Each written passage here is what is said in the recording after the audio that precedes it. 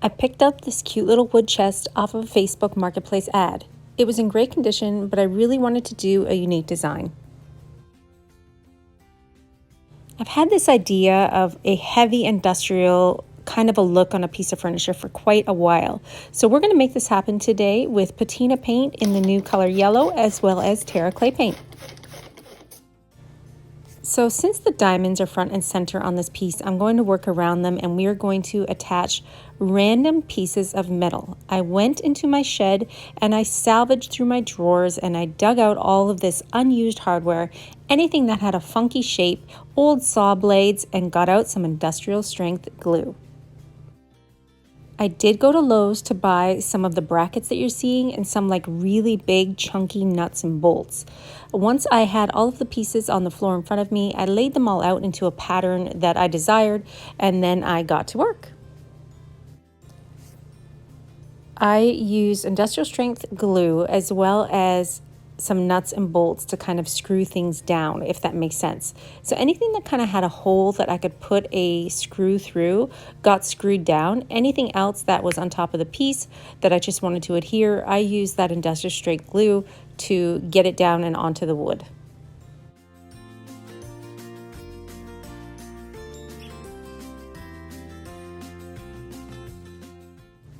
This was kind of a work in progress. I'm still getting used to using my drill. I'm not gonna lie, I wish that they made like girl-size drills that weren't so freaking heavy, because I always find it challenging to hold something and push down with my weight at the same time. I don't know, is this just a girl problem? Drop it in the comments below if you have a drill that you love and that is lightweight, because I would love to hear.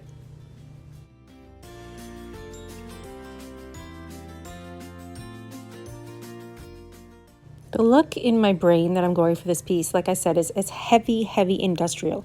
I want to see old hardware. I want to see chunky nuts and bolts. I want to see all the little bolts holding pieces in. In my head, this is going to work, and you're going to have to stay tuned to the end of the video to see if it really did or not. But so far, so good. I did find it helpful to work on a flat surface, so I laid this chest down on its back while working on the front.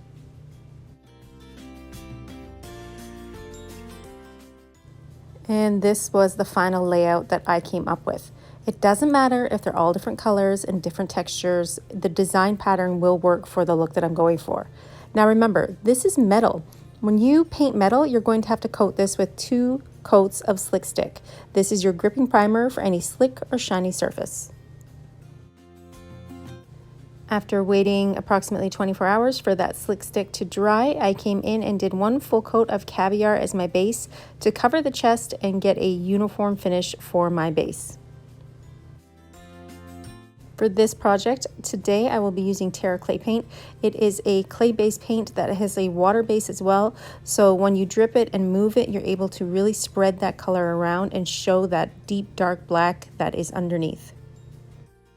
Again, there's really no rhyme or reason to the way that I'm applying all of the blues and greens from the Terra line, because I'm going to be covering this 100% completely with Patina products. This is just what you're going to see peeking through the base, kind of like a shadow of color underneath the rust. This was the final outcome of the Terra clay paint, drippy and boho and kind of textured, just what I need as a great base for the Patina paint that I will be using. I did not seal my Terra paint before I came in with the Patina products.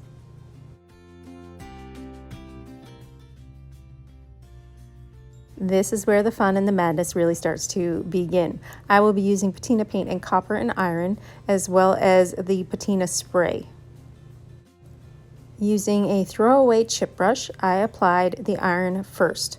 I pushed it into all of the little grooves, the nuts and the bolts.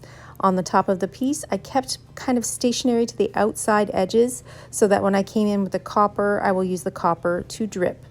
After this paint has been applied, you are going to liberally douse it in the green and yellow patina spray. This will start the activation process where your patina will literally start to rust in front of your eyes. If you need a more heavy-duty kind of intensive tutorial on how to use a Patina product, I will tag it below in the description so you can learn all about Dixie Belle's Patina line.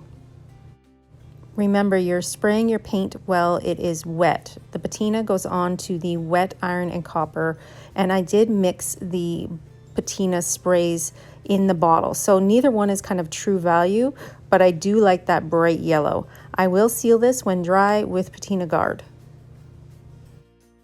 The Patina Guard is the thing that's going to stop these metals from the continuation of rusting, if that makes sense. It stops the activation process. So now you can see the colors that have changed. The iron has become a dark rusty red, and the copper kind of turns a little bit more of a green, but combining the sprays with the yellow really gives it a different look. I still wanted to add some dark value to this piece, so I came in with my Gilding Wax in black and added a little bit darker textures to the inset corners. And then it was complete. It actually turned out better than I expected.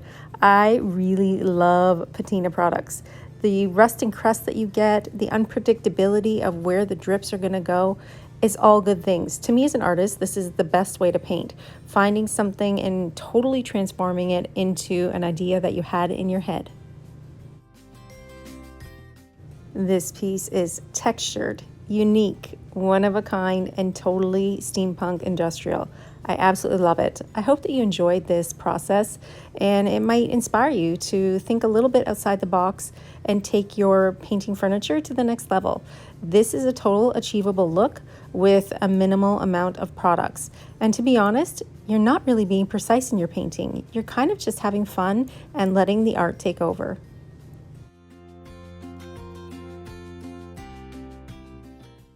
I hope that you enjoyed this little painting project. I sure did. It really was a lot of fun to do this, and I think everybody should give it a try at least once. Rusty and Crusty is totally my favorite.